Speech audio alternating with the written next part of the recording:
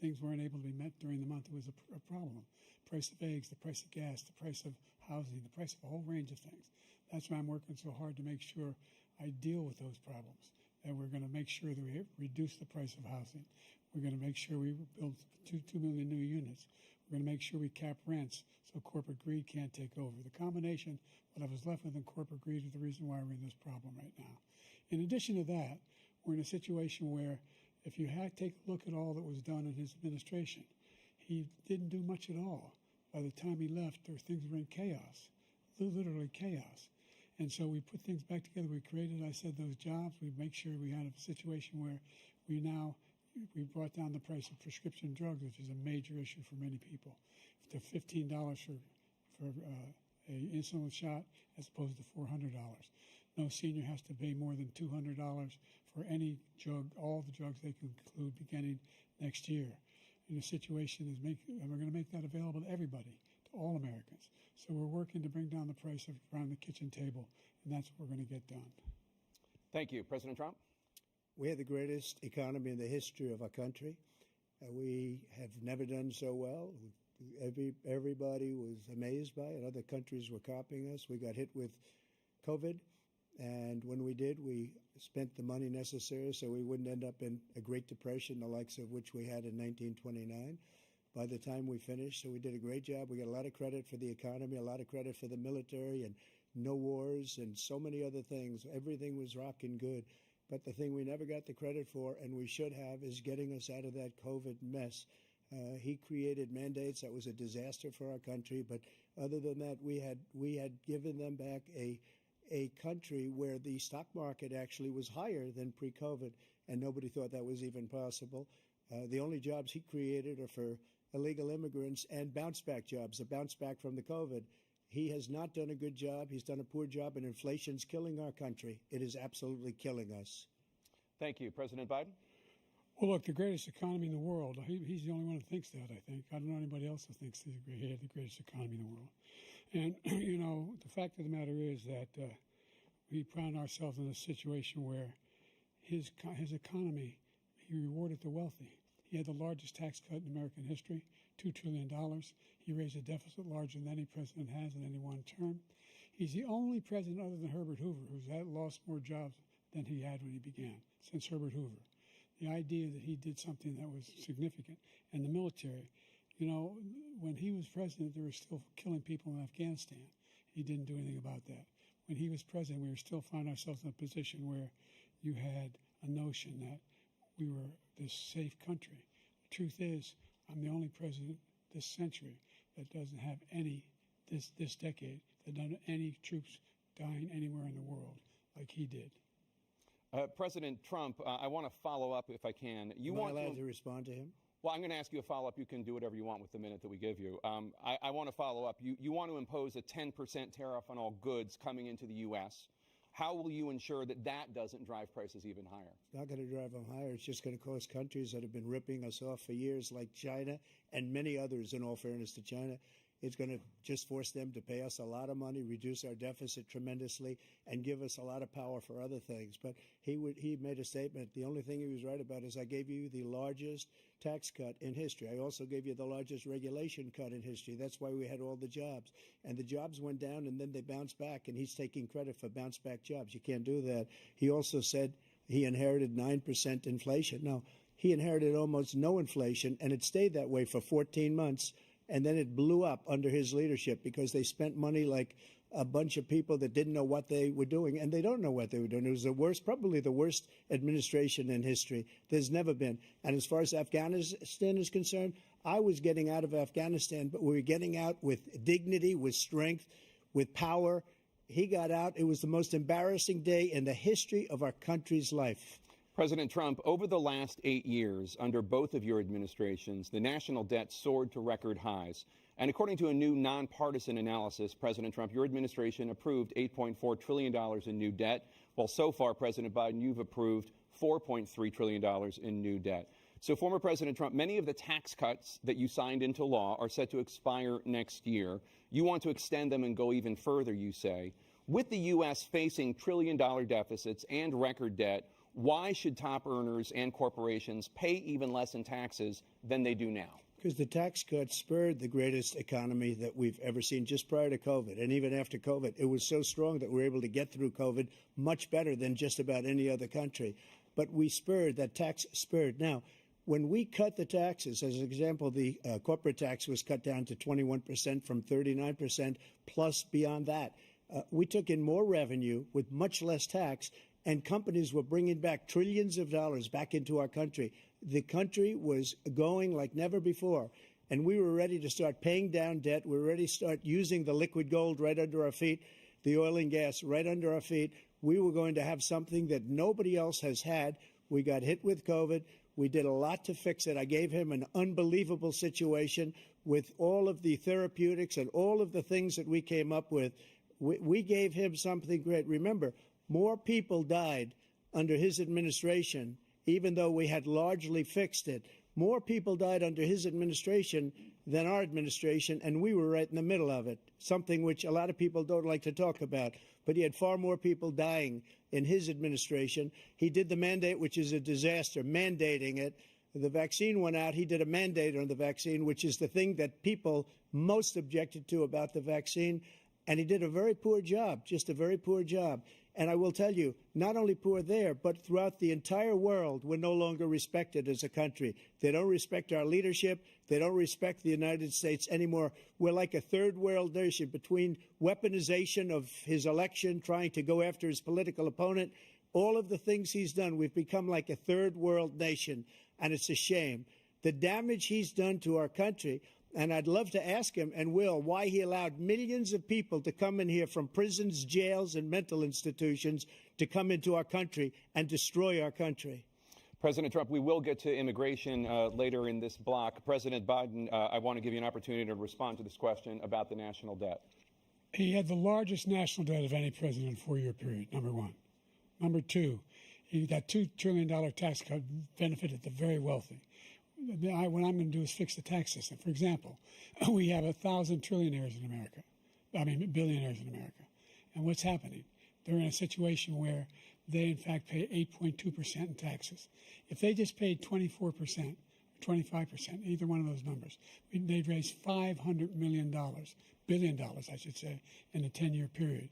We'd be able to wipe out his debt. We'd be able to help make sure that all those things we need to do, child care, elder care, making sure that we continue to strengthen our health care system, making sure that we're able to make every single solitary person eligible for what I've been able to do with the COVID, with dealing with everything we have to do with, look, if we finally beat Medicare.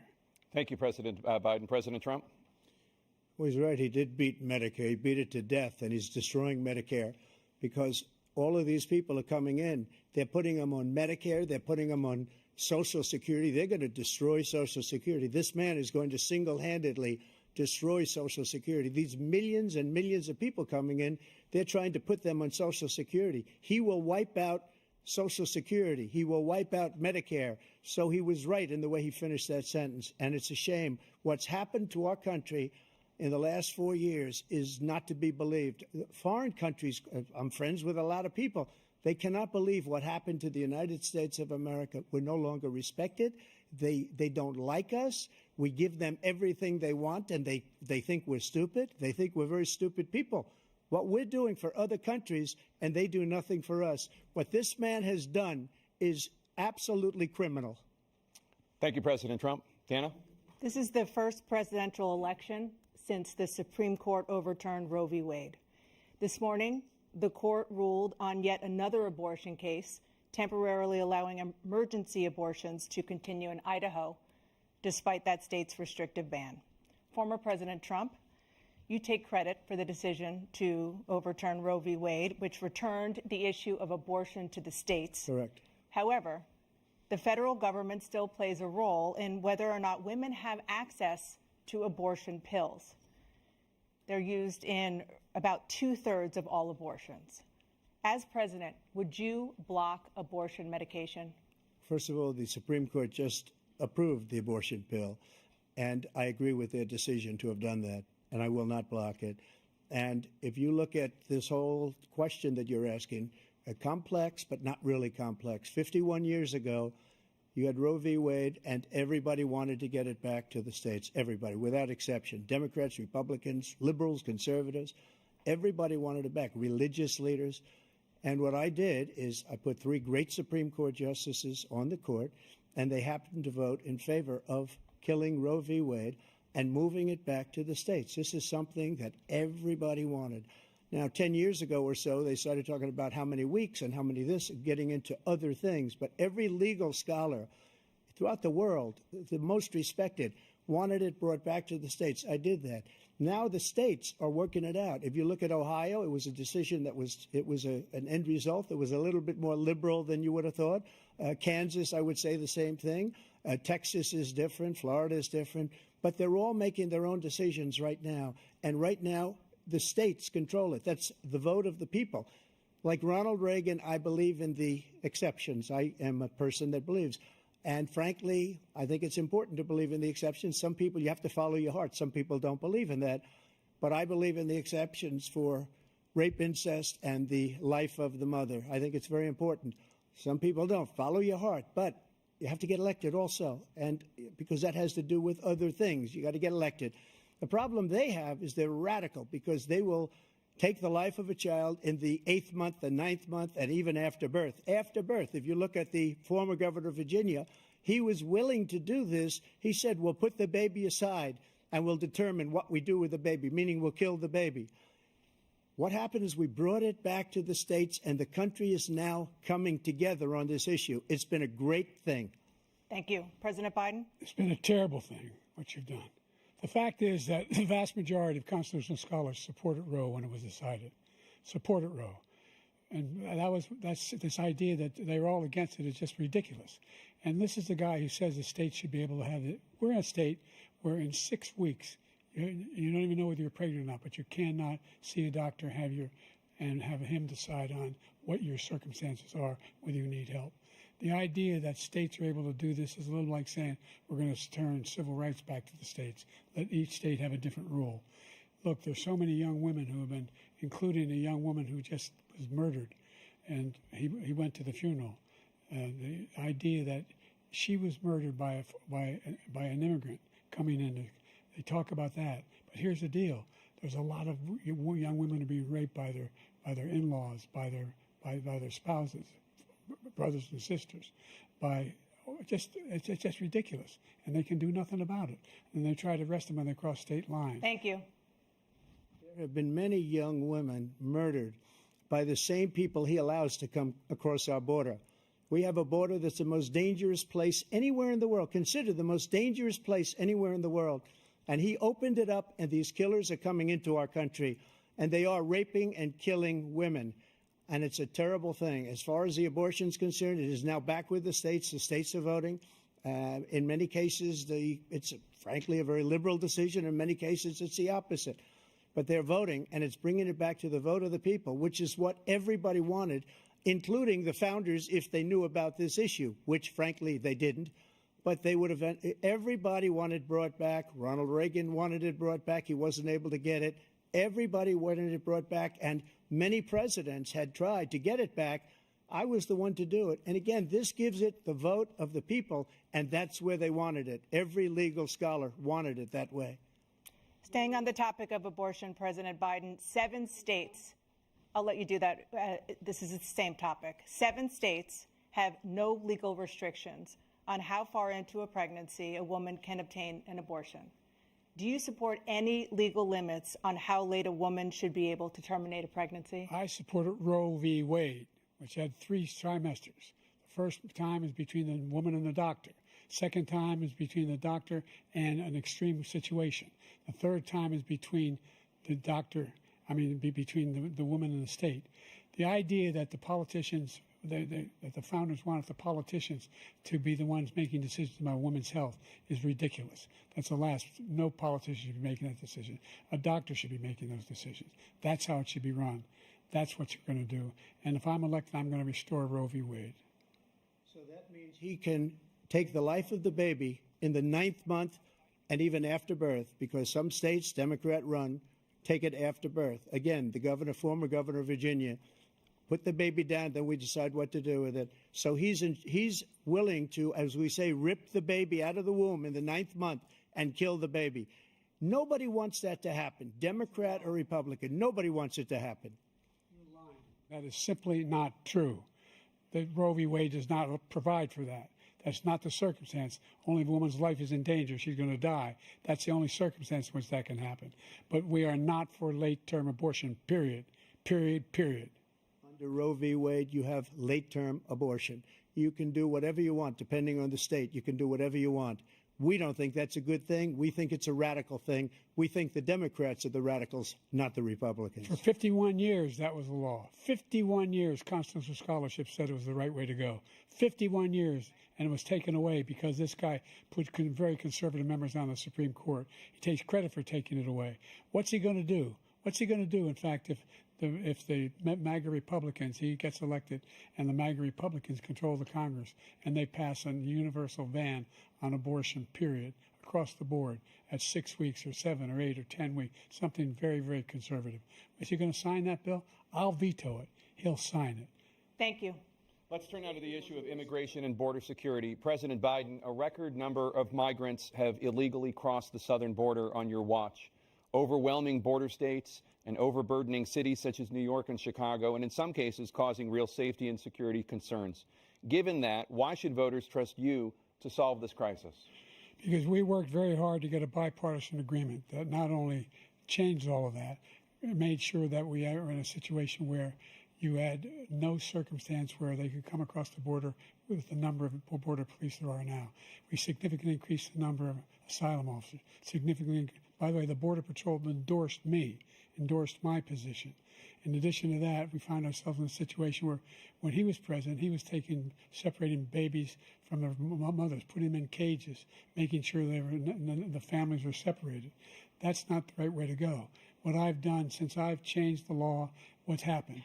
I've changed it in a way that now you're in a situation where there are 40% fewer people coming across the border illegally.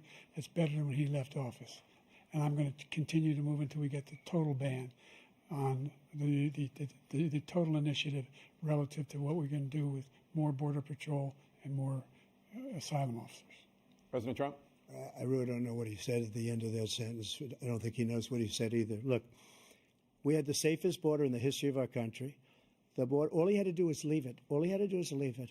He decided to open up our border, open up our country to people that are from prisons, people that are from mental institutions, insane asylum, terrorists. We have the largest number of terrorists coming into our country right now, all terrorists, all over the world, not just in South America, all over the world. They come from the Middle East, everywhere. All over the world they're pouring in.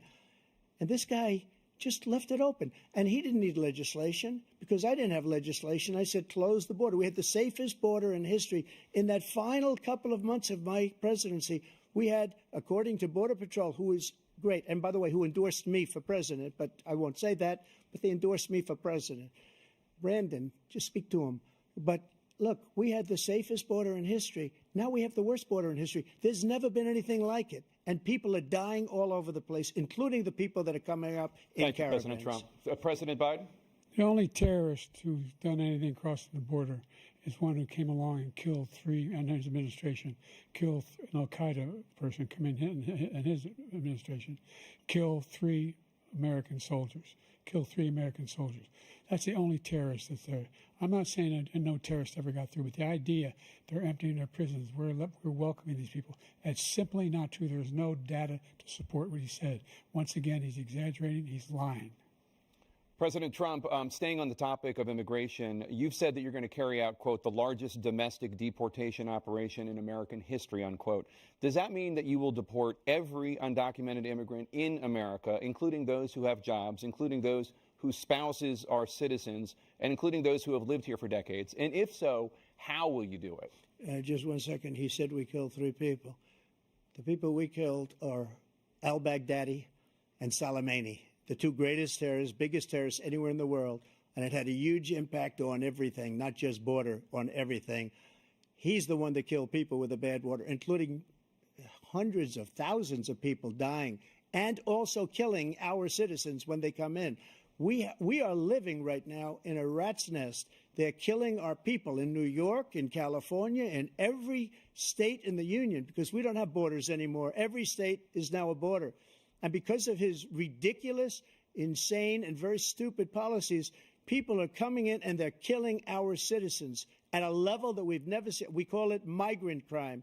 I call it Biden migrant crime.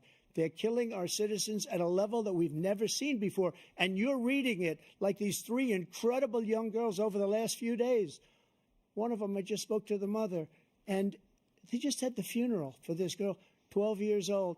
This is horrible what's taken place. What's taken place in our country, we're literally an uncivilized country now. He doesn't want it to be. He just doesn't know. He opened the borders. Nobody's ever seen anything like. And we have to get a lot of these people out, and we have to get them out fast because they're going to destroy our country. Just take a look at where they're living. They're living in luxury hotels in New York City and other places. Our veterans are on the street. They're dying because he doesn't care about our veterans. He doesn't care. He doesn't like the military at all, and he doesn't care about our veterans. Nobody been worse. I had the highest approval rating for veterans taking care of the VA. He has the worst. He's gotten rid of all the things that I approved, choice that I got through Congress, all of the different things I approved, they abandoned. We had by far the highest, and now it's down in less than half because he's done all these great things that we did, and I think he did it just because I approved it, which is crazy. But he has killed so many people at our border by allowing all of these people to come in. And it's a very sad day in America. President Biden, you have the mic. Every single thing he said is a lie. Every single one. For example, veterans are a hell of a lot better off since I passed the PACT Act. 1 million of them now have insurance, and their families have it. Their families have it because what happened, whether it was Agent Orange or burn pits, they're all being covered now. And his group opposed that. We're also in a situation where we have great respect for veterans. My son spent a year in Iraq, living right next to one of those burn pits, came back with stage 4 glioblastoma. I was recently in France for D-Day, and I spoke all about those heroes that died. I went to the World War I cemetery he refused to go to. He was standing with his 4-star general, and he told me, he said, I don't want to go in there because they're a bunch of losers and suckers. My son was not a loser, was not a sucker. You're the sucker. You're the loser. President Trump? First of all, that was a made-up quote, suckers and losers. They made it up. It was in a third-rate magazine that's failing, like many of these magazines. He made that up. He put it in commercials. We've notified him. We had 19 people that said I didn't say it. And think of this. Who would say I'm at a cemetery or I'm talking about our veterans? Because nobody's taken better care. I'm so glad this came up, and he brought it up. There's nobody that's taken better care of our soldiers than I have. To think that I would, in front of generals and others, say suckers and losers. We have 19 people that said it was never said by me. It was made up by him, just like Russia was made up, just like the 51 intelligence agents are made up, just like the new thing with the 16 economists are talking. It's the same thing. 51 intelligence agents said that the laptop was Russia disinformation. It wasn't. That came from his son, Hunter. It wasn't Russia disinformation. He made up the suckers and losers, so he should apologize to me right now. 4-star general standing to your side who was on your staff who said you said it, period. That's number one. And number two, the idea that I have to apologize to you for anything along the line. We've done more for veterans than any president has in American history. And they now are in their family. The only sacred obligation we have as a country is to care for our veterans when they come home and their families and equip them when they go to war. That's what we're doing. That's what the VA is doing now. They're doing more for veterans than ever before in our history. All right. Thank you so much. Let's move to the topic of foreign policy. I want to begin with Russia's war against Ukraine, which is now in its 3rd year. Former President Trump, Russian President Vladimir Putin says he'll only end this war if Russia keeps the Ukrainian territory it has already claimed and Ukraine abandons its bid to join NATO. Are Putin's terms acceptable to you? First of all, our veterans and our soldiers can't stand this guy. They can't stand him. They think he's the worst commander-in-chief, if that's what you call him, that we've ever had. They can't stand him. So let's get that straight. And they like me more than just about any of them. and that's based on every single bit of information. As far as Russia and Ukraine, if we had a real president, the president that knew, that was respected by Putin, he would have never invaded Ukraine. A lot of people are dead right now, much more than people know. You know, they talk about numbers. You can double those numbers, maybe triple those numbers. He did nothing to stop it. In fact, I think he encouraged Russia from going in. I'll tell you what happened. He was so bad with Afghanistan. It was such a horrible embarrassment, most embarrassing moment in the history of our country, that when Putin watched that and he saw the incompetence, that he should have fired those generals, like I fired the one that you mentioned, and so he's got no love lost. But he should have fired those generals. No general got fired for the most embarrassing moment in the history of our country, Afghanistan, where we left billions of dollars of equipment behind. We lost 13 beautiful soldiers, and 38 soldiers were obliterated. And by the way, we left people behind, too. We left American citizens behind.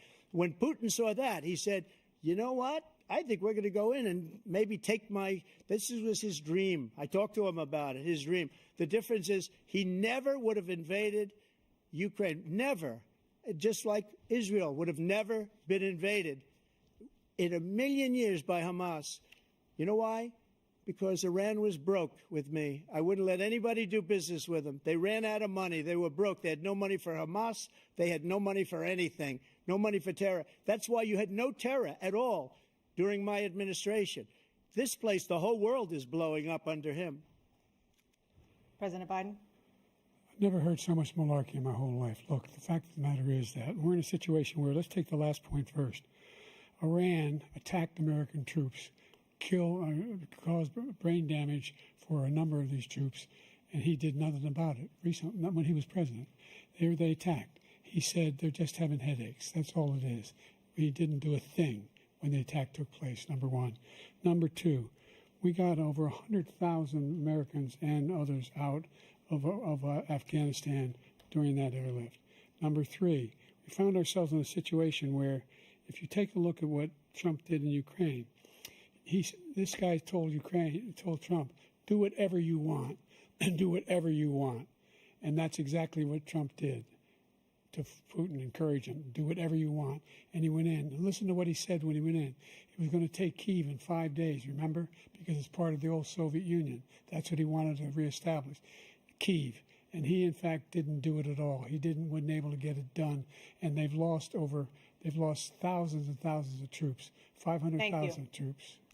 President Trump, I never come back said to you that. for 1 minute, I just want to go back to my original question, which is, are Putin's terms acceptable to you? Keeping the territory in Ukraine? No, they're not acceptable.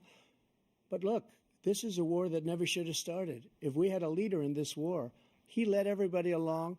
He's given $200 billion now or more to Ukraine. He's given $200 billion. That's a lot of money. I don't think there's ever been anything like it. Every time that Zelensky comes to this country, he walks away with $60 billion. He's the greatest salesman ever. And I'm not knocking him. I'm not knocking anything. I'm only saying the money that we're spending on this war, and we shouldn't be spending, it should have never happened. I will have that war settled between Putin and Zelensky as president-elect before I take office on January 20th. I'll have that war settled. People being killed so needlessly, so stupidly, and I will get it settled, and I'll get it settled fast before I take office. President Biden, you have a minute. The fact is that Putin is a war criminal. He's killed thousands and thousands of people. And he has made one thing clear. He wants to reestablish what was part of the Soviet Empire, not just a piece. He wants all of Ukraine. That's what he wants. And then you think he'll stop there? Do you think he'll stop when if he takes Ukraine? What do you think happens to Poland? What do you think of Belarus? What do you think happens to those NATO countries? And so if you want a war, you ought to find out what he's going to do, because if, in fact, he does what he says and walks away, and by the way, all that money we give Ukraine are from weapons we make here in the United States. We give them the weapons, not the money at this point. And our NATO allies have produced as much funding for Ukraine as we have. That's why we're strong.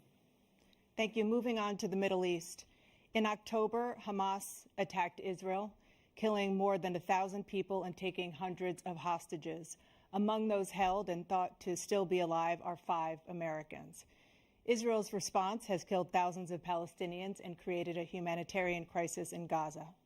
President Biden, you've put forward a proposal to resolve this conflict, but so far Hamas has not released the remaining hostages, and Israel is continuing its military offensive in Gaza. So what additional leverage will you use to get Hamas and Israel to end the war? You have 2 minutes. Number one, everyone from the United Nations Security Council straight through to the G7 to the Israelis and Netanyahu himself have endorsed the plan I put forward, which has 3 stages to it. The first stage is trade the hostages for a ceasefire. Second phase is a ceasefire with additional conditions. The third phase is the end of the war. The only one who wants the war to continue is Hamas, number one. They're the only ones standing out. We're still pushing hard to get them to accept. In the meantime, what's happened? In Israel, we're finding that the only thing I've denied Israel was 2,000-pound bombs. They don't work very well in populated areas. They kill a lot of innocent people. We're providing Israel with all the weapons they need and when they need them.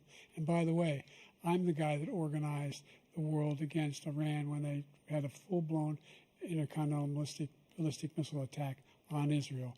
No one was hurt. One Israeli was accidentally killed, and it just stopped. We saved Israel. We are the biggest producer of support for Israel of anyone in the world. And so there are 2 different things. Hamas cannot be allowed to be continued. We continue to send our experts and our intelligence people as to how they can get Hamas like we did bin Laden. You don't have to do it. And by the way, they've been greatly weakened, Hamas, greatly weakened, and they should be. They should be eliminated. But you've got to be careful for using certain weapons among population centers. Just going back to Ukraine for 1 second. We have an ocean separating us. The European nations together have spent $100 billion, or maybe more than that, less than us. Why doesn't he call them and say, you got to put up your money like I did with NATO? I got them to put up hundreds of billions of dollars. The Secretary General of NATO said Trump did the most incredible job I've ever seen. They wouldn't have any. They were going out of business. We were spending almost 100% of the money was paid by us. He didn't do that. He's getting all. You got to ask these people to put up the money. We're over $100 billion more spent, and it has a bigger impact on them because of location, because we have an ocean in between. You got to ask them. As far as Israel and Hamas, Israel's the one that wants to go. He said the only one that wants to keep going is Hamas. Actually, Israel is the one, and you should let him go and let him finish the job. He doesn't want to do it. He's become like a Palestinian, but they don't like him because he's a very bad Palestinian. He's a weak one. President Biden, you have a minute. I've never heard so much foolishness. This is a guy who wants to get out of NATO. You're going to stay in NATO? He's going to pull out of NATO. The idea that we have our strength lies in our alliances as well. It may be a big ocean, but we're ever able to avoid a war in Europe, a major war in Europe? What happens if, in fact, you have Putin continue to go into NATO? We have an Article 5 agreement. Attack on one is attack on all. You want to start the nuclear war he keeps talking about, go ahead. Let Putin go in and control Ukraine and then move on to Poland and other places. See what happens then. He has no idea what the hell he's talking about. And by the way, I got 50 other nations around the world to support Ukraine, including Japan and South Korea, because they understand that this kind of dislocation has a serious threat to the whole world peace. No major war in Europe has ever been able to be contained just to Europe. President Trump, just to follow up, would you support the creation of an independent Palestinian state in order to achieve peace in the region? I'd have to see, but before we do that, the problem we have is that we spend all the money. So they kill us on trade. I made great trade deals with the European nations because if you add them up, they're about the same size economically. Their economy is about the same size as the United States. And they were no cars, they don't want anything that we have, but we're supposed to take their cars, their food, their everything, their agriculture. I changed that. But the big thing I changed is they don't want to pay. And the only reason that he can play games with NATO is because I got them to put up hundreds of billions of dollars. I said, and he's right about this, I said, no, I'm not going to support NATO if you don't pay. They asked me that question, would you guard us against Russia? At a very secret meeting of the 28 states at that time, nations at that time. And they said, no, if you don't pay, I won't do that. And you know what happened? Billions and billions of dollars came flowing in the next day and the next months. But now we're in the same position. We're paying everybody's bills. Let's turn to the issue of democracy. Former President Trump, I want to ask you about January 6, 2021. After you rallied your supporters that day, some of them stormed the Capitol to stop the constitutionally mandated counting of electoral votes. As president, you swore an oath to, quote, preserve, protect, and defend, unquote, the Constitution. What do you say to voters who believe that you violated that oath through your actions and inaction on January 6th and worry that you'll do it again? Well, I don't think too many believe that. And let me tell you about January 6th. On January 6th, we had a great border. Nobody coming through, very few. On January 6th, we were energy independent. On January 6th, we had the lowest taxes ever. We had the lowest regulations ever. On January 6th, we were respected all over the world. All over the world, we were respected. And then he comes in, and we're now laughed at. We're like a bunch of stupid people. What happened to the United States' reputation under this man's leadership is horrible, including weaponization, which I'm sure at some point you'll be talking about, where he goes after his political opponent because he can't beat him fair and square. You have 80 seconds left. My question was, what do you say to those voters who believe that you violated your constitutional oath through your actions and inaction on January 6, 2021, and worry that you'll do it again? Well, I didn't say that to anybody.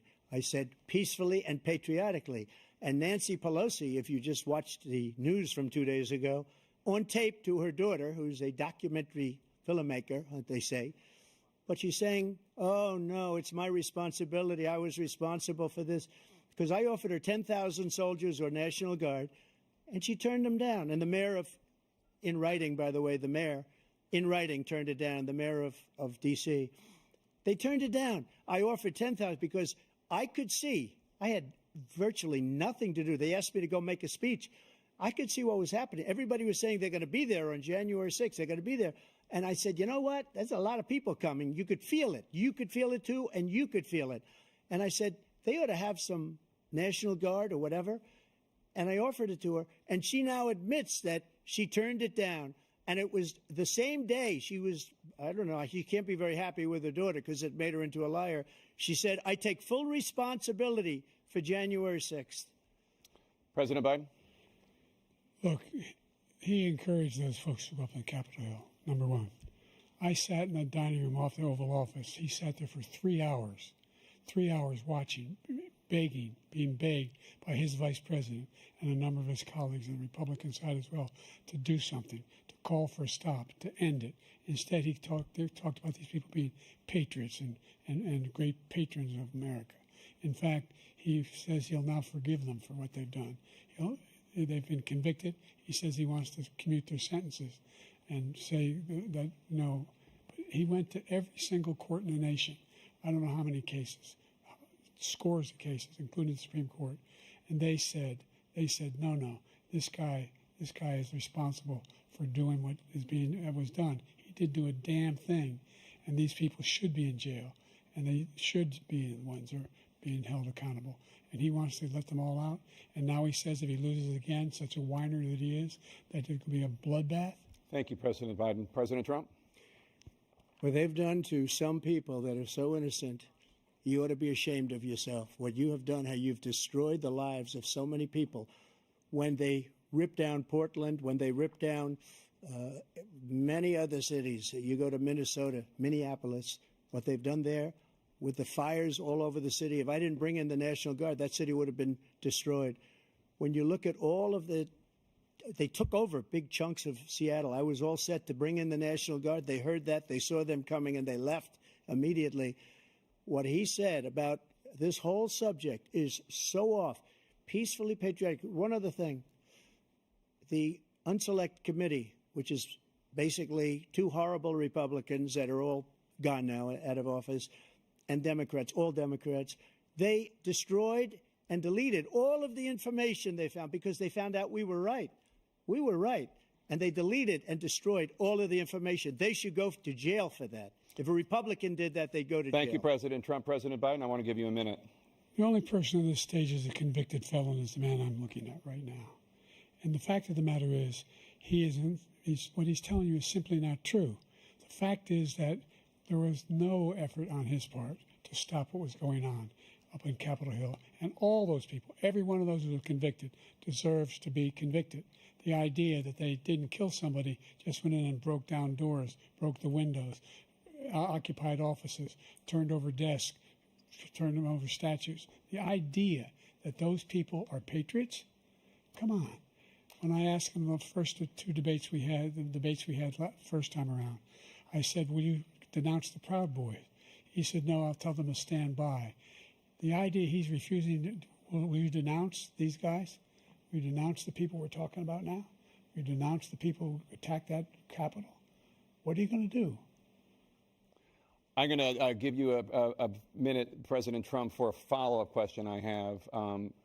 After a jury convicted you of 34 felonies last month, you said if reelected, you would, quote, have every right to go after, unquote, your political opponents. You just talked about members of the Select Committee on January 6th going to jail. Your main political opponent is standing on stage with you tonight. Can you clarify exactly what it means about you feeling you have every right to go after your political opponents? Well, I said my retribution is going to be success. We're going to make this country successful again, because right now it's a failing nation. My retribution is going to be success. But when he talks about a convicted felon, his son is a convicted felon at a very high level. His son is convicted, going to be convicted probably numerous other times. Should have been convicted before, but his Justice Department let the statute of limitations lapse on the most important things. But he could be a convicted felon as soon as he gets out of office. Joe could be a convicted felon with all of the things that he's done. He's done horrible things. All of the death caused at the border, telling the Ukrainian people that we're going to want $1 billion or you change the prosecutor. Otherwise, you're not getting $1 billion. If I ever said that, that's quid pro quo. That we're not going to do anything. We're not going to give you $1 billion unless you change your prosecutor having to do with the son. This man is a criminal. This man, you're lucky. You're lucky. I did nothing wrong. We'd have a system that was rigged and disgusting. I did nothing wrong. Thank you, President Trump. President Biden, you have said, I'm coming right to you, sir. You want to respond? Go ahead. I'll give you a minute to respond. The idea that I did anything wrong relative to what you're talking about is outrageous. It's simply a lie, number one. Number two, the idea that you have a right to seek retribution against any American just because you're president is wrong. It's simply wrong. No president's ever spoken like that before. No president in our history has spoken like that before. Number three, the crimes that you are still charged with, and think of all the civil penalties you have. How many billions of dollars do you owe in civil penalties for molesting a woman in public, for doing a whole range of things, of having sex with a porn star on the night while your wife was pregnant? I mean, what are you talking about? You have the morals of an alley cat.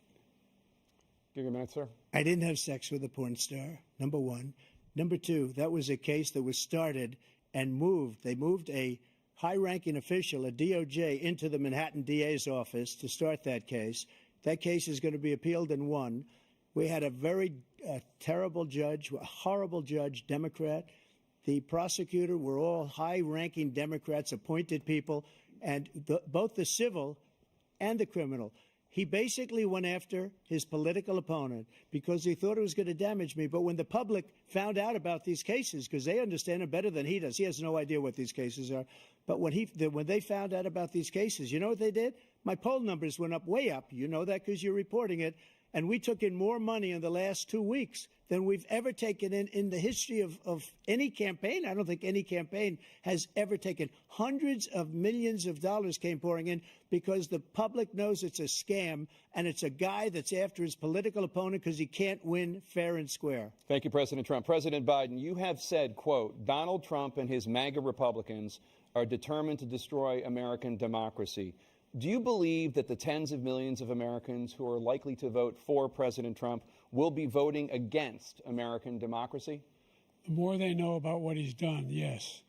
The more they know about what he's done. And there's a lot more coming. He's got a lot of cases down the road coming around. He's got a whole range of issues he has to face. I don't know what the juries will do, but I do know he has a real problem.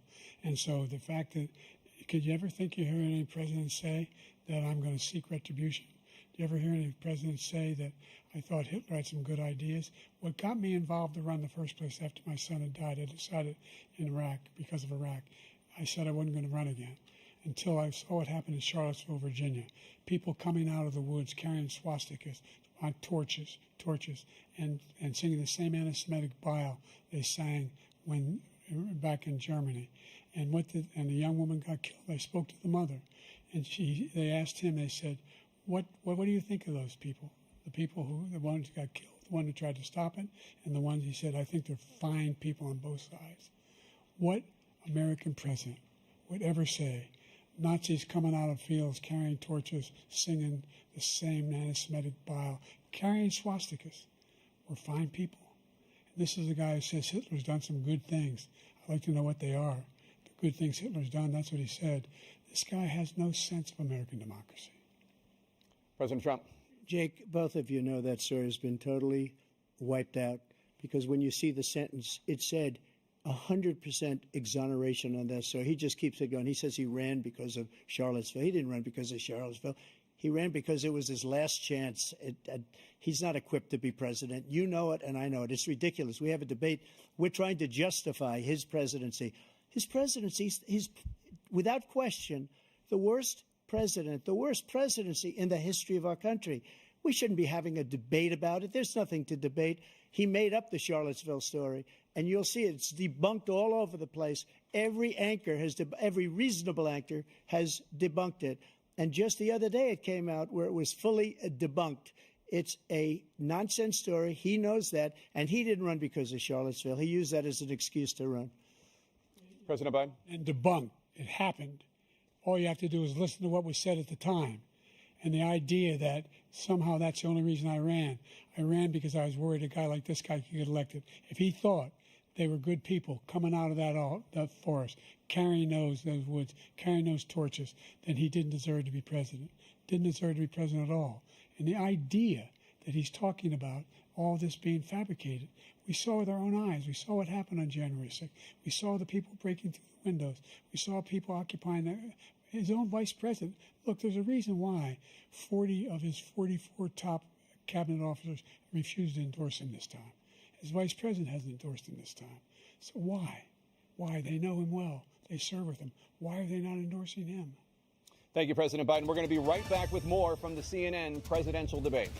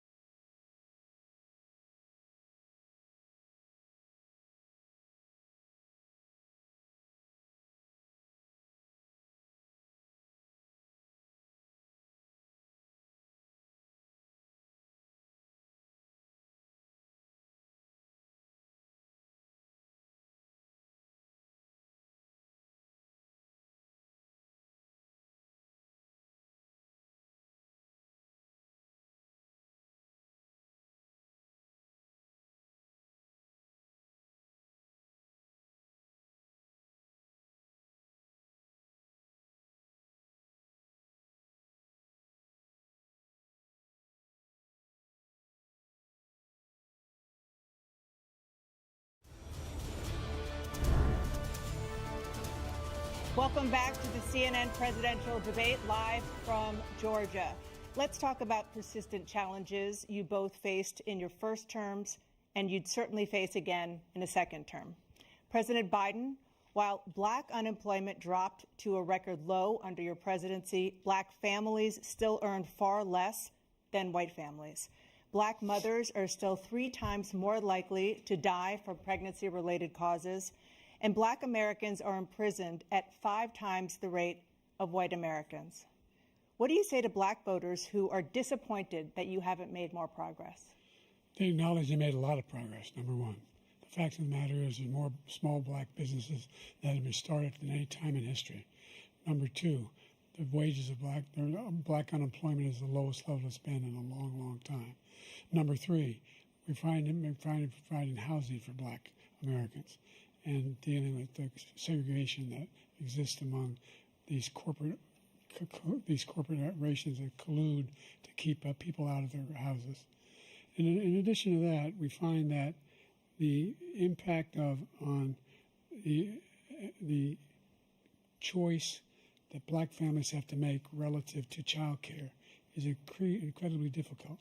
When we did the first major piece of legislation in the past, I was able to reduce black child care costs. I cut them in half. We've got to make sure we provide for child care costs. We've got to make sure, because when you provide those child care protections, you increase economic growth because more people can be in the job market. So there's more to be done, considerably more to be done. But we've done a great deal so far, and I'm not letting up, and they know it. You have 49 seconds left. What do you say to black voters who are disappointed with the progress so far? I say I don't blame them for being disappointed. Inflation is still hurting them badly. For example, I provided for the idea that any black family, first-time home buyer, should get a $10,000 tax credit to be able to buy their first home so they can get started.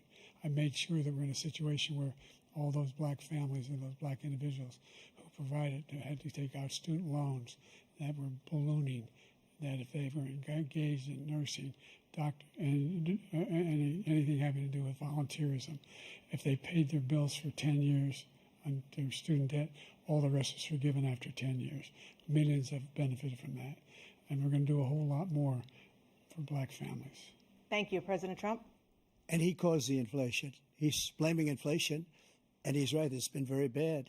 He caused the inflation, and it's killing black families and Hispanic families and just about everybody. It's killing people. They can't buy groceries anymore. They can't. You look at the cost of food where it's doubled and tripled and quadrupled. They can't live. They're not living anymore. He caused this inflation. I gave him a country with essentially no inflation. It was perfect. It was so good. All he had to do is leave it alone. He destroyed it with his Green New scam and all this money that's being thrown out the window. He caused inflation. As sure as you're sitting there, the fact is that his big kill on the black people is the millions of people that he's allowed to come in through the border. They're taking black jobs now, and it could be 18, it could be 19, and even 20 million people. They're taking black jobs, and they're taking Hispanic jobs, and you haven't seen it yet, but you're going to see something that's going to be the worst in our history. Thank you. President Biden? There was no inflation when I became president. You know why? The economy was flat on its back. 15% unemployment. He decimated the economy, absolutely decimated the economy. That's why there was no inflation at the time. There were no jobs. We provided thousands of millions of jobs for individuals who are in all communities, including minority communities. We made sure that they have health insurance. We have covered, the ACA has increased. I made sure that there are $8,000 per person in a family to get written off for health care. But this guy wants to eliminate that. They tried 50 times. He wants to get rid of the ACA again, and they're going to try again if they win. We find ourselves in a position where the idea that we're not doing any, we put more police on the street than any administration has. He wants to cut the cops. We're providing for equity and making sure people have a shot to make it.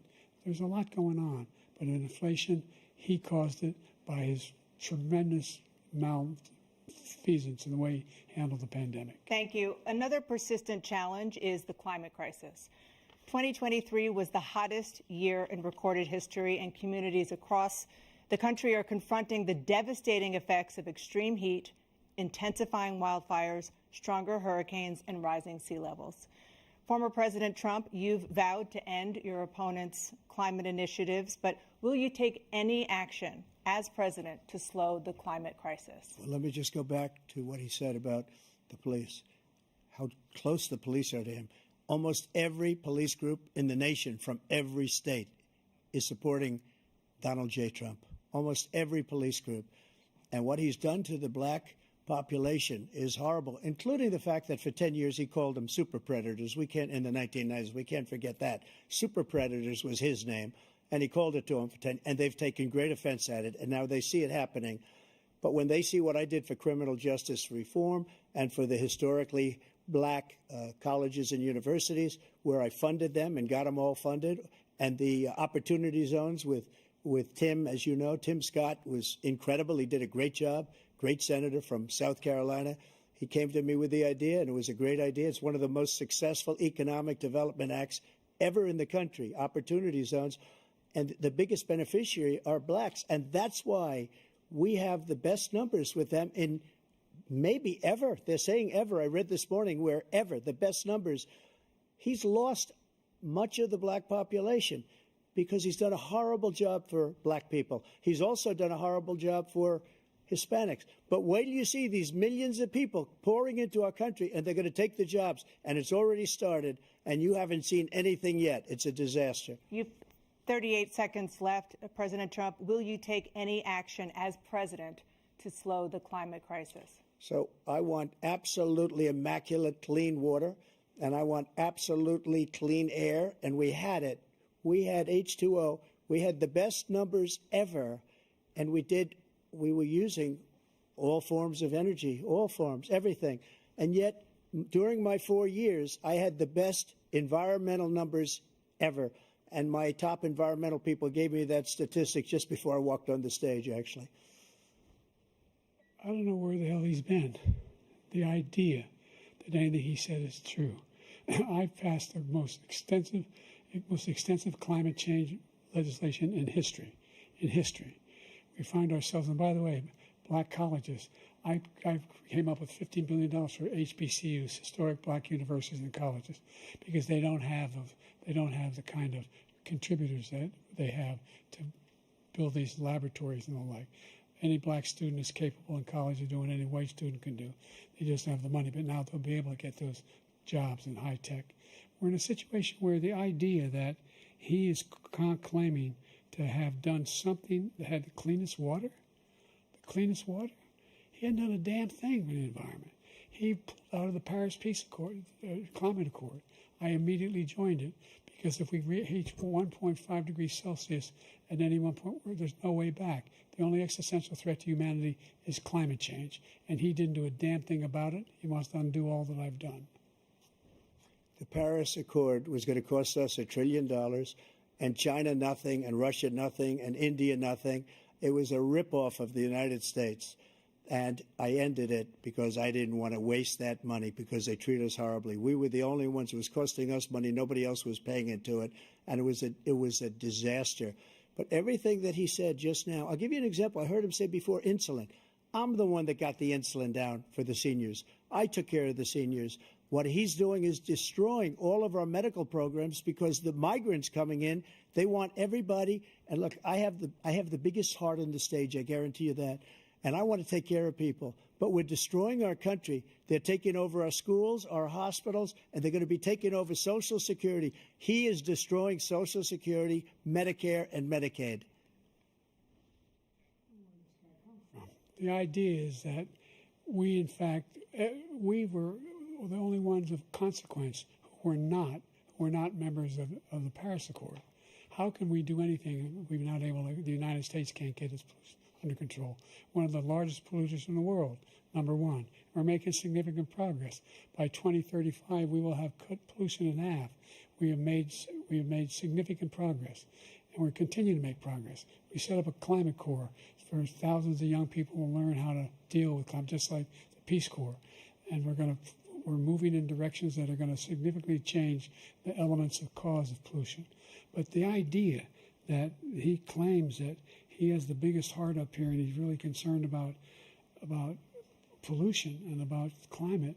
I've not seen any indication of that. And by the way, with regard to prescription drugs, one company agreed that they would reduce the price to $35, which I was calling for, one, voluntarily. I made sure every company in the world, every pharmaceutical company, cannot have to pay. Thank you. And by the way, So every day, millions of Americans struggle just to make ends meet. For many older Americans, Social Security provides a critical lifeline. President Biden, if nothing is done to Social Security, seniors will see their benefits cut in just over 10 years. Will you name tonight one specific step that you're willing to take to keep Social Security solvent? yes, make the very wealthy begin to pay their fair share. Right now, everybody making under $170,000 pays 6% of their income, of their paycheck, every single time they get a paycheck from the time the first one they get when they're 18 years old. The idea that they're going to, I'm proposing that everybody, the millionaires pay 1%. So no one I would not raise the cost of Social Security for anybody under $400,000. After that, I began to make the wealthy begin to pay their fair share by increasing from 1% beyond to be able to guarantee the program for life. So you still have 82 seconds left. Are there any other measures that you think that would be able to help keep Social Security solvent, or is that one enough? Well, no, that one enough will keep it solvent, but the biggest thing I'll do if we defeat this man, because he wants to get rid of Social Security. He thinks there's plenty to cut in Social Security. He's wanted to cut Social Security and Medicare both times. And and if you look at the program put forward by the House Republican caucus that I believe supports, is in fact want to cut it as well. The idea that we don't need to protect our seniors is ridiculous. And by the way, the American public has greater health care coverage today than ever before. And under the ACA, as I said, you're in a circumstance where 400,000 people, 40 million people would not have insurance because they have a pre-existing condition. Only thing that allows them to have that insurance is the fact that they, in fact, are part of the ACA. And by the way, the other thing is, we're in a situation where we talk about education for black communities. I've raised the amount of money for Pell Grants by another $8,000. So anybody making under $70,000 a year is going to be able to get $15,000 toward their tuition. He just doesn't know what he's talking about. Thank you, President Biden. President Trump. So I've dealt with politicians all my life. I've been on this side of the equation for the last 8 years. I've never seen anybody lie like this guy. He lies. I've never seen it. He can look you in the face. About so many other things, too. And we mentioned the laptop. We mentioned Russia, Ukraine. Everything he does is a lie. It's misinformation and disinformation. The losers and suckers story that he made up is a total lie on the military. It's a disgrace. But Social Security, he's destroying it because millions of people are pouring into our country, and they're putting them onto Social Security. They're putting them onto Medicare, Medicaid. They're putting them in our hospitals. They're taking the place of our citizens. What they're doing to the VA, to our veterans, is unbelievable. Our veterans are living in the street, and these people are living in luxury hotels. He doesn't know what he's doing, and it's really coming back. I've never seen such anger in our country before. President Biden. The idea that veterans are not being taken care of, I told you before. And by the way, when I said suckers and losers, he acknowledged after that he fired that general. That general got fired because he's the one that acknowledged that that's what he said. He was the one standing with Trump when he said it, number one. Number two, the idea that we're going to be in a situation where all these millions and millions, the way he talks about it, illegal aliens are coming into the country and taking away our jobs. There's a reason why we have the fastest growing economy in the world, the reason why we have the most successful economy in the world. We're doing better than any other nation in the world. And by the way, those 15 Nobel laureates he talked about being phony, those 15 Nobel laureates, economists, they all said that if Trump is reelected, we're likely to have a recession and inflation is going to increasingly go up. And by the way, worst president in history, 159 presidential scholars voted him the worst president in the history of the United States of America. President Biden, thank you so much. Let's turn to the cost of child care, which many American families struggle to afford. President Trump, both you and President Biden have tried to address this issue, but the average cost of child care in this country has risen to more than $11,000 a year per child. For many families, the cost of child care for 2 children is more than their rent. In your second term, what would you do to make child care more affordable? Just to go back, the general got fired because he was no good. And if he said that, that's why he made it up. But we have 19 people that said I didn't say it, and they're very highly respected, much more so than him. The other thing is, he doesn't fire people. He never fired people. I've never seen him fire anybody. I did fire a lot. I fired Comey because he was no good. I fired a lot of the top people at the FBI, drained the swamp. They were no good. Not easy to fire people. You'd pay a price for it, but they were no good. I inherited these people. I didn't put him there. I didn't put Comey there. He was no good. I fired him. This guy hasn't fired anybody. He never fires. He should have fired every military man that was involved with that the Afghanistan horror show, the most embarrassing moment in the history of our country. He didn't fire. Did you fire anybody? Did you fire anybody that's on the border that's allowed us to have the worst border in the history of the world? Did anybody get fired for allowing 18 million people, many from prisons, many from mental institutions? Did you fire anybody that allowed our country to be destroyed? Joe, our country is being destroyed as you and I sit up here and waste a lot of time on this debate. This shouldn't be a debate. He is the worst president. He just said about me because I said it. But look, he's the worst president in the history of our country. He's destroyed our country. Now all of a sudden he's trying to get a little tough on the border. He came out with a nothing deal, and it reduced it a little bit, like this much. It's insignificant. He wants open borders. He wants our country to either be destroyed or he wants to pick up those people as voters. And I don't think we just can't let it happen. If he wins this election, our country doesn't have a chance, not even a chance, of coming out of this rut. We probably won't have a country left anymore. That's how bad it is. He is the worst in history by far. Thank you, President Trump. President Biden? We're the most admired country in the world. We're the United States of America. There's nothing beyond our capacity. We have the finest military in the history of the world, the finest in the history of the world. No one thinks we're weak. No one wants to screw around with us. Nobody, number one. Number two, the idea that we're talking about worst presidents. I wasn't joking. Look it up. Go online. 159 or 58, don't hold me the exact number, presidential historians, they've had meetings and they voted who's the worst president in American history. One through best to worst. They said he was the worst in all of American history. That's a fact. That's not conjecture. He can argue they're wrong, but that's what they voted. The idea that he is doing anything to deal with child care, he did virtually nothing to child care. We should significantly increase the child care tax credit. We should significantly increase the availability of women and men or single parents to be able to go back to work. And we should encourage businesses to have. Thank you, President Biden. President Trump, the question was about what would you do to make child care more affordable, if you want to take your minute. Just so you understand, we have polling, we have other things that they rate him the worst because what he's done is so bad. And they rate me, I'll show you, I will show you, and they rate me one of the best, okay? And if I'm given another 4 years, I will be the best. I think I'll be the best. Nobody's ever created an economy like us. Nobody ever cut taxes like us. He's the only one I know. He wants to raise your taxes by 4 times. He wants to raise everybody's taxes by 4 times. He wants the Trump tax cuts to expire. So everybody, including the 2 of you, are going to pay 4 to 5 times. Nobody ever heard of this before. All my life, I'd grow up and I'd see politicians talking about cutting taxes. When we cut taxes, as I said, we did more business. Apple and all these companies, they were bringing money back into our country. The worst president in history by far, and everybody knows it. President Biden?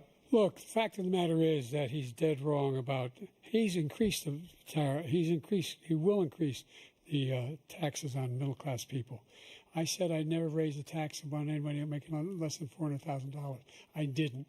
But this tariff is 10% tariffs. Everything coming in the country, you know what the economists say? That's going to cost the average American $2,500 a year more because they're going to have to pay the difference in food and all the things that we're importing. Number two, he's in a situation where he talks about how he has not raised, he's somehow helped the middle class. The middle class have been devastated by you. Now you want a new tax cut of $5 trillion over the next 10 years, which is going to fundamentally bankrupt the country. You had the largest deficit of any president in American history, number one. Number two, you have not, in fact, made any contact, any progress with China. We are the lowest trade deficit with China since 2010. Thank you, President Biden. Thank you, President Biden. Let's discuss an epidemic impacting millions of Americans that both of you have made a top priority in your first term, the opioid crisis. And for both of you, the number of overdose deaths in this country has gone up. Under your term, it went up. Under your term, it has gone up. Former President Trump, despite the efforts that both of you have made, more than 100,000 Americans are dying from overdoses every year, primarily from fentanyl and other opioids. What will you do to help Americans right now in the throes of addiction who are struggling to get the treatment they need? To finish up, we now have the largest deficit in the history of our country under this guy. We have the largest deficit with China. He gets paid by China. He's a Manchurian candidate. He gets money from China. So I think he's afraid to deal with them or something. But do you notice he never took out my tariffs because we bring in so much money with the tariffs that I imposed on China. He never took them away. He can't because it's too much money. It's tremendous. And we saved our steel industries, and there was more to come, but he hasn't done that. But he hasn't cut the tariffs because he can't, because it's too much money. But he's got the largest deficit in the history of our country, and he's got the worst situation with China. China's going to own us if you keep allowing them to do what they're doing to us as a country. They are killing us as a country, Joe, and you can't let that happen. You're destroying our country. So, President Trump, you have 67 seconds left. The question was, what are you going to do to help Americans in the throes of addiction right now who are struggling to get the treatment they need? Jake, we were doing very well at addiction until the COVID came along. We had the 2.5, almost 3 years of like nobody's ever had before, any country, in every way. And then we had to get tough. And it was the drugs pouring across the border it started to increase. We got great equipment. We bought the certain dog that's the most incredible thing that you've ever seen, the way they can spot it. We did a lot. And we were getting very low numbers, very, very low numbers. Then he came along. The numbers, have you seen the numbers now? It's not only the 18 million people that I believe is even low because the gotaways, they don't even talk about gotaways. But the numbers of the amount of drugs and human trafficking in women coming across our border, the worst thing I've ever seen, at numbers that nobody's ever seen under him because the border's so bad. But the number of drugs coming across our border now is the largest we've ever had by far. President Trump, thank you. President Biden? Fentanyl and the byproducts of fentanyl went down for a while. And I wanted to make sure we use the machinery that can detect fentanyl, these big machines that roll over everything that comes across the border. And it costs a lot of money. That was part of this deal we put together, this bipartisan deal. More fentanyl machines, more be able to detect drugs, more numbers of agents, more numbers of all the people at the border. And when we had that deal done, he called his Republican colleagues, said, don't do it. It's going to hurt me politically. No, he never argued it's not a good bill. It's a really good bill. We need those machines. We need those machines. And we're coming down very hard in every country in Asia in terms of precursors for fentanyl. And Mexico is working with us to make sure they don't have the technology to be able to put it together. That's what we have to do. We need those machines. Thank you, President Biden. President Trump, and again, the question is about Americans in the throes of addiction right now struggling to get the treatment they need. Well, this does pertain to it. He ended Remain in Mexico. He ended catch and release. I made it catch and release in Mexico, not catch and release here. We had so many things that we had done, hard negotiations with Mexico, and I got it all for nothing. It's just like when you have a hostage. We always pay $6 billion for a hostage. Every time we say a hostage. Now we have a hostage, a Wall Street Journal reporter, I think a good guy, and he's over there because Putin is laughing at this guy, probably asking for billions of dollars for the reporter. I will have him out very quickly as soon as I take office. Before I take office, I said by literally as soon as I win the election, I will have that reporter out. He should have had him out a long time ago. But Putin's probably asking for billions and billions of dollars because this guy pays it every time. We had 2 cases where we paid $6 billion for 5 people. I got 58 people out, and I paid essentially nothing. Thank you, President Trump. Dana? Let's turn to concerns that voters have about each of you. President Biden, you would be 86 at the end of your second term. How do you address concerns about your capability to handle the toughest job in the world well into your 80s? Well, first of all, I spent half my career being criticized being the youngest person in politics. I was the second youngest person ever elected to the United States Senate, and now I'm the oldest. This guy's 3 years younger and a lot less competent. I think that just look at the record. Look at what I've done. Look how I've turned around the horrible situation he left me. As I said, 15 million new jobs, 800,000 manufacturing jobs, more investment in America, over billions of dollars in private investment in enterprises that we are growing. By the way, we brought an awful lot of people. Well, the whole idea of computer chips, we used to have 40% of the market. We invented those chips, and we lost it because he was sending people to find the cheapest jobs overseas and to bring home a product. So I went to South Korea. I convinced Samsung to invest billions of dollars here in the United States. And guess what? Those fabs, they call to build these chips, those fabs pay over $100,000. You don't need a college degree for them. And there's billions, about $40 billion already being invested and being built right now in the United States, creating significant jobs for Americans from all over the world.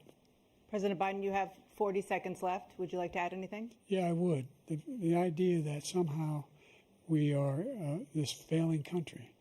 I never heard a president talk like this before. We're the envy of the world. Name me a single major country president who wouldn't trade places with the United States of America for all our problems and all our opportunities. We're the most progressive country in the world in getting things done. We're the strongest country in the world. We're a country in the world who keeps our word, and everybody trusts us. All of our allies and those who he coddles up to, from Kim Jong-un, who he sends love letters to, and Putin, etc. They don't want to screw around with us. Thank you. Former President Trump, to follow up, you would be 82 at the end of your second term. What do you say to voters who have concerns about your capabilities to serve?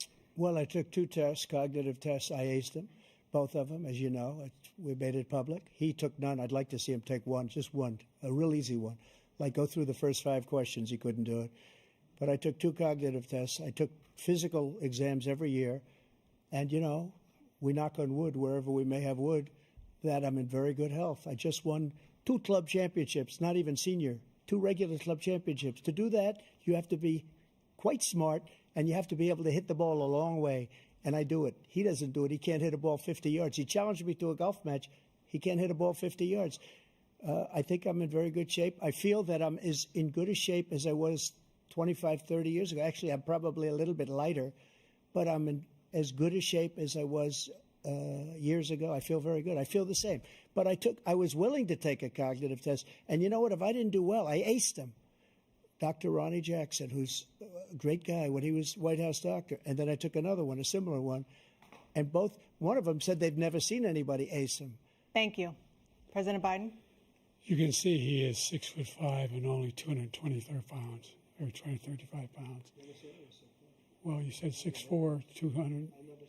Well, anyway, that's what anyway, just take a look at what he says he is, and take a look at what he is. Look, I'd be happy to have a driving contest with him.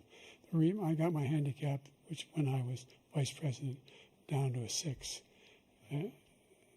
But by the way, I told you before, I'm happy to play golf if you carry your own bag.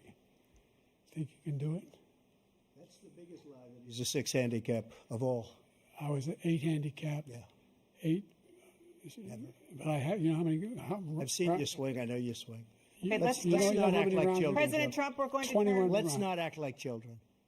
to a specific concern that voters have about you. Will you pledge tonight that once all legal challenges have been exhausted, that you will accept the results of this election, regardless of who wins, and you will say right now that political violence in any form is unacceptable? Well, I shouldn't have to say that, but of course I believe that. It's totally unacceptable. And if you would see my statements that I made on Twitter at the time, and also my statement that I made in the Rose Garden, you would say it's one of the strongest statements you've ever seen. In addition to the speech I made in front of, I believe, the largest crowd I've ever spoken to. And I will tell you, nobody ever talks about that. They talk about a relatively small number of people that went to the Capitol and in many cases were ushered in by the police. And as Nancy Pelosi said, it was her responsibility, not mine. She said that loud and clear. But the answer is, if the election is fair, free, and I want that more than anybody. And I'll tell you something. I wish he was a great president, because I wouldn't be here right now. I'd be at one of my many places enjoying myself. I wouldn't be under indictment because I wouldn't have been his political opponent, because he indicted me because I was his opponent. I wish he was a great president. I would rather have that. I wouldn't be here. I don't mind being here. But the only reason I'm here is he's so bad as a president that I'm going to make America great again. We're going to make America great again. We're a failing nation right now. We're a seriously failing nation. And we're a failing nation because of him. His policies are so bad. His military policies are insane. They're insane. These are wars that will never end with him. He will drive us into World War III, and we're closer to World War III than anybody can imagine. We are very, very close to World War III, and he's driving us there. And Kim Jong-un and President Xi of China, Kim Jong-un of North Korea, all of these, Putin, they don't respect him. They don't fear him. They have nothing going with this gentleman, and he's going to drive us into World War III. You want a World War III, let him follow and win, and let Putin say, do what you want, NATO. Just do what you want. There's a thing called Article 5. An attack on one is an attack on all, and required response. The idea, I can't think of a single major leader in the world who wouldn't trade places with the job I've done and what they've done. Because we are a powerful nation. We have wonderful people. It's because of the people, not me. It's because of the American people. They're capable of anything, and they step up when they're needed. And right now, we're needed. We're needed to protect the world because our own safety is at stake. And again, you want to have a war, just let Putin go ahead and take Kyiv, make sure they move on, see what happens in Poland, Hungary, and other places along that border. Then you have a war. President Trump, as I come back to you for a follow-up, the question was, will you accept the results of this election, regardless of who wins? Just to finish what he said, if I might, Russia, they took a lot of land from Bush. They took a lot of land from Obama and Biden. They took no land, nothing from Trump, nothing. He knew not to do it. He's not going to play games with me. He knew that. I got along with him very well, but he knew not to play games. He took nothing from me. But now he's going to take the whole thing from this man right here. That's a war that should have never started. It would have never started ever with me. And he's going to take Ukraine. And, you know, you asked me a question before, would you do this?